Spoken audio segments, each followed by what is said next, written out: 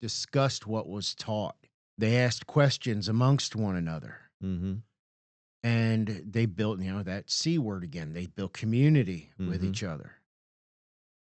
That's a big thing. And you don't get that in the really big mini mega churches. Yeah.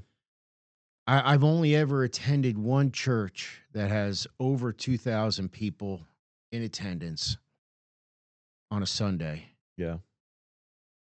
and they do it well. Mhm. The other ones that I've attended, they're they don't. Mhm. It's you come, you listen, you're entertained, you feel good from the message. You gave your money, so you would be blessed Yeah. because you gave, and you went about your week. Mhm. There's no real sense of community. They say there's community, they say welcome home, but what goes on behind the offices and behind the scenes, if you ever peek behind the curtain, is not what Sure. goes on Sunday morning. Sure. And that's extremely unfortunate. And people don't see that.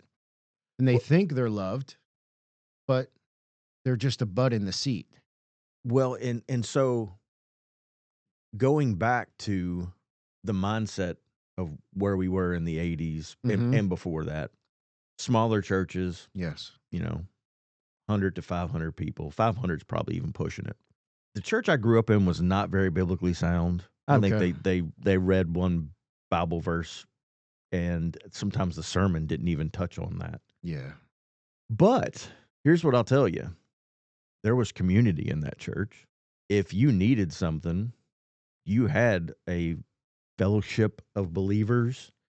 Yeah. Believers is probably where I should have put the quotation marks because I don't know exactly what anybody believed because we never really talked about what we believed. Right.